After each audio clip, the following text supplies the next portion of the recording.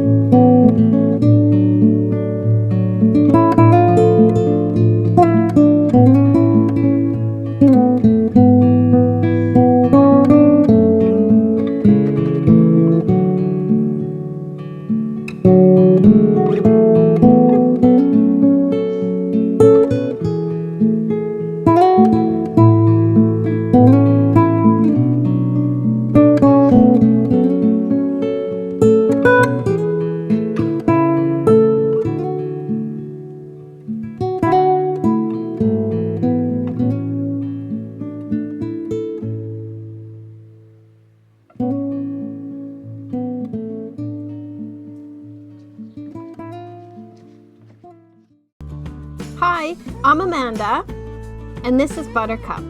She's 10 years old, but acts like she's 2. And this is Ananda, our home for the last 8 years. We hope you enjoy this tiny peek into our liveaboard life on the west coast of British Columbia. Good morning. So I thought today I would show you a bit of my daily routine. I wake up really quite early in the morning. The very first thing that I do is I check the docks. I check to make sure, one, that my boat survived the night, if it was especially windy, and two, I check to make sure that stray logs haven't got stuck under the dock or in and around the dock. We are having really high tides right now. I think yesterday the tide was 17 feet, and that's really high. So what happens is that all the debris that gets stuck on the shorelines all around here on the different islands and on this island, on the high tides, it gets jogged loose and starts to float around. Oh, shoot.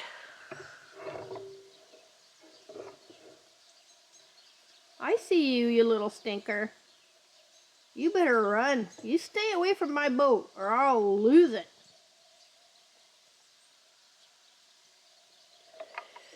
That was an otter.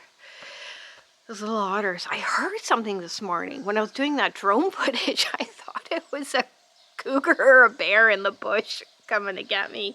But I bet it was just that little stinker. I wonder what he's doing in there. I gotta make sure they're not building a house in there or something, because yeah, I don't want otters around here, especially with Buttercup. Anyway, so it's really important that I make sure that there's no logs or debris getting stuck under the docks. I think before the new owners purchased this place, it wasn't recent, I don't think. I think it was a couple of years ago, but a deadhead had come along and gotten stuck under the dock.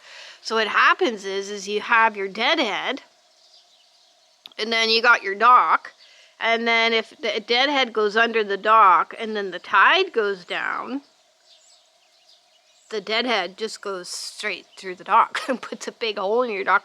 Either it puts a hole in your dock or your dock gets raised up and it breaks. So it's really important to keep an eye on that to make sure that nothing actually happens to the docks. So that's the first thing I do every morning. Today on my agenda, I am going to, because it's cold, if you can see my breath.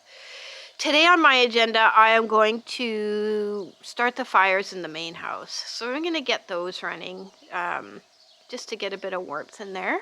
So every day I have a task that I assign myself. And I spend at least an hour to sometimes ends up being 2 hours doing that specific task. And today I'm gonna do a bit more raking because yeah, there's a lot of raking that needs to be done to get rid of all the old cedar foliage that's on the ground. So a few of you, not a lot, but a few of you in the comments of my last video asked about Buttercup. You were wondering if she was okay because she wasn't in the last video. She's doing great. She's Buttercup. I think during the last video she was in the cabin most of the time. She slept quite a bit. Most of all, she's having a bit of an issue with leaving the cabin because she's afraid of the deer, which is so bizarre because she's met deer like face to face years ago when we were tied up in Pender Harbor on the sailboat. She saw deer every day and had no issues with them. But I know if the deer have been around, I know when they have, because her tail goes between her legs and she won't go anywhere. She won't leave the cabin. If we're like the other day we were out and I put her on a leash because I thought, oh, I need this girl to walk. She needs to get some exercise. So we got just past the cabin and then all of a sudden she started going crazy and she wiggled her way out of her collar. I don't really put it that tight, but she wiggled her way out of it. Tail went between her legs and she ran back to the cabin. Yeah, so I think she's scared of the smell of deer because she hasn't seen them yet, but I didn't think she does smell them, and that I think it concerns her a bit. But yeah, she'll get used to it. But so yeah, so that's why she wasn't in the last video, because I think something clicked in her brain that she shouldn't be outside, so she wouldn't even go outside. She'd go outside to go to the bathroom and then she would just run back inside. So yeah, we'll figure that out. We gotta get her moving. I'm gonna try and get her outside with me today while we're raking. We'll see if I can do that. So I've already checked the docks, so the next thing on my list is to light the fires in the house.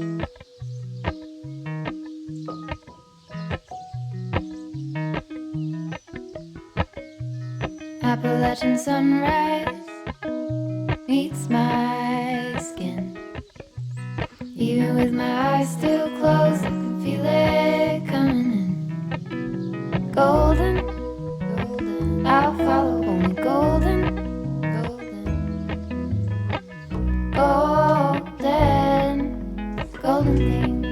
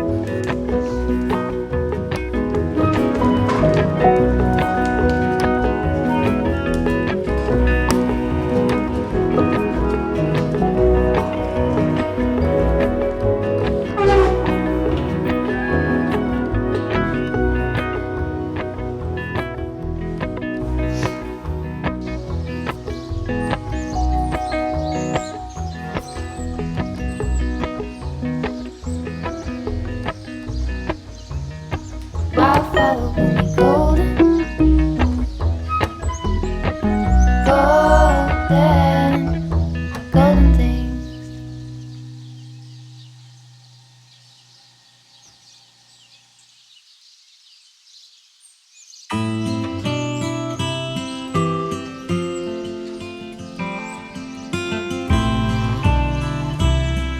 been running down the empty streets, blindfolded by misbeliefs. I've been back to where we met, all the moments and regrets. I've been searching empty alleys, called your name out in the prairies. But what remains is the shade of you. I gotta hold on. The memories are here, but you are gone.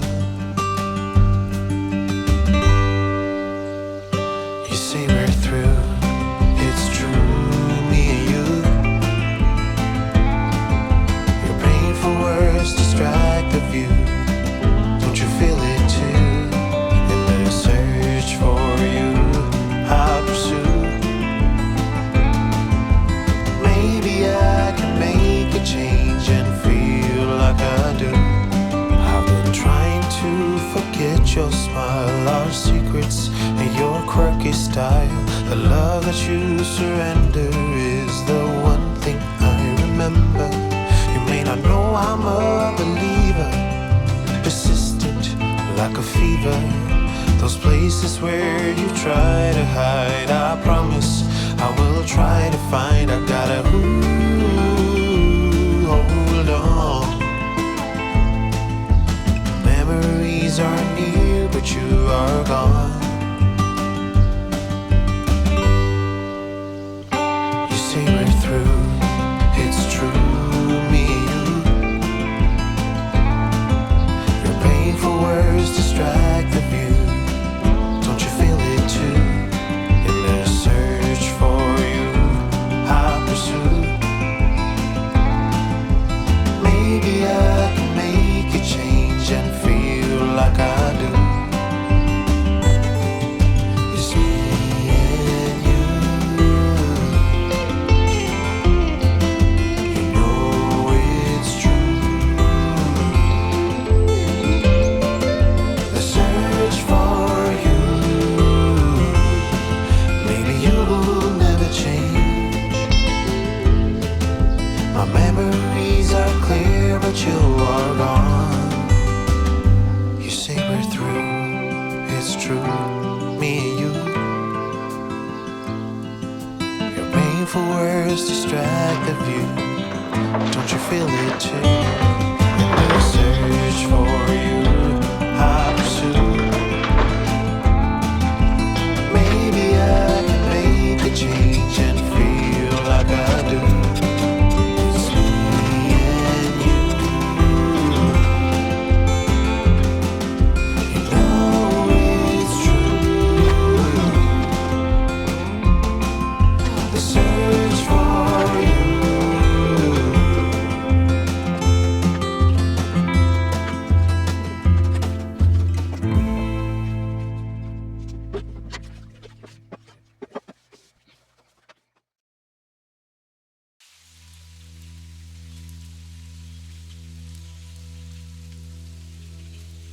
I am often asked if I feel lonely living remotely on my own, or if I get scared sailing alone. I can honestly say I don't. But that might be partly because I have my beautiful Buttercup keeping me company. I don't know. What I do know is I started this sustainable journey 8 years ago in order to find silence. I enjoy silence. I thrive in silence. I have become addicted to the silence of Mother Nature, the silence of the forest and the silence of the ocean. I couldn't imagine my life any different now. I am grateful every moment of every day for the life I have created.